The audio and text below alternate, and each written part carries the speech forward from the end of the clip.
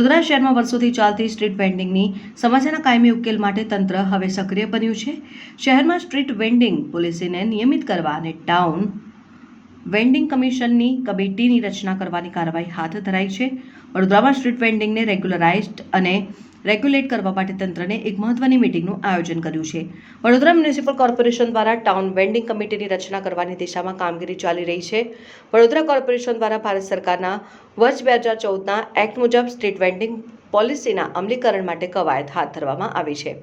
આ પ્રક્રિયામાં street vending association દ્વારા જે રજૂઆતો કરવામાં આવી છે તેને પણ ધ્યાનમાં લેવામાં આવશે। ટાઉન વેન્ડિંગ કમિટીની રચના થયા બાદ શહેરમાં હોકિંગ અને નોન હોકિંગ ઝોન નક્કી કરવામાં આવશે। કયા રસ્તા ઉપર સ્ટ્રીટ વેન્ડિંગની મંજૂરી આપવી અને કયા પ્લોટ્સમાં વૈકલ્પિક વ્યવસ્થા કરી શકાય તે અંગે આગામી દિવસોમાં નિર્ણય લેવાશે। તંત્રનો મુખ્ય ઉદ્દેશ્ય જેન્યુઇન એટલે કે ખરેખર સ્ટ્રીટ વેન્ડિંગ કરવા માંગતા લોકોને યોગ્ય જગ્યા ફાળવવાનો છે। હાલમાં તંત્ર દ્વારા ટાઉન વેન્ડિંગ કમિટી વહેલી તકે અમલી બને તેવા પ્રયાસો કરવામાં આવી રહ્યા છે। વડોદરા મહાનગરપાલિકાના મ્યુનિસિપલ કમિશનર તરુણ મહેશ બાબુએ વિગતવાર માહિતી આપી હતી। અમે એક મીટિંગ રાખી છે। બેઝિકલી વડોદરા શહેરમાં સ્ટ્રીટ વેન્ડિંગને રેગ્યુલરાઇઝ અને રેગ્યુલેટ કરવા માટે એક મીટિંગ કન્સલ્ટેટિવ મીટિંગ રાખી છે, જેમાં સ્ટ્રીટ વેન્ડિંગ એસોસિએશન્સ દ્વારા જે રિપ્રેઝન્ટેશન છે એ રિપ્રેઝન્ટેશનને પણ અમે સાંભળીને એક યોગ્ય નિર્ણય ટાઉન વેન્ડિંગ કમિટી અમલીકરણમાં લાવવા માટે જે પ્રયત્ન ચાલી રહ્યા છે।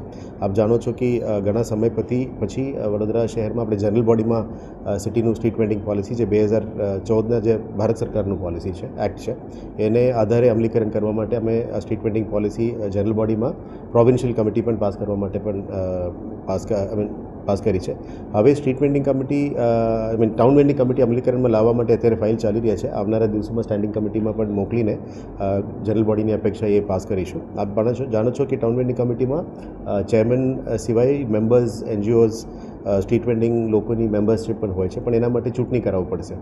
આપણા પાસે અત્યારે 2017નું જૂના સર્વે છે, પણ આ સર્વેનું વેલિડિટી પણ ઓછું થઈ ગયું છે અને જે તે વખતના સર્વે કરતાં લગભગ 4 થી 5 ગુણા સ્ટ્રીટ વેન્ડર્સ અત્યારે વધારી રહ્યા છે।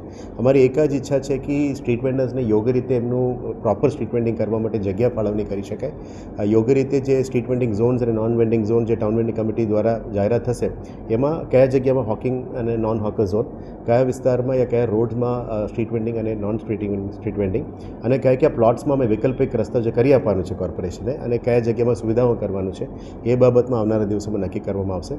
પણ અત્યારે પ્રયત્ન એ જ રહેશે કે ટાઉન વેન્ડિંગ કમિટી વહેલા તકે ફોર્મ થઈ જાય, જેથી કરીને આ બધા જાહેરાતો થઈ શકે અને જે પણ જેન્યુઇન સ્ટ્રીટ વેન્ડર્સ છે, જે ખરેખર સ્ટ્રીટ વેન્ડિંગ કરવા માંગે છે, એમને ધંધા રીતે એમને કયા ઝોન વાઇઝ, વોર્ડ વાઇઝ પ્લોટ્સમાં અમે એકોમોડેટ કરવાનું ટ્રાય કરી રહ્યા છે।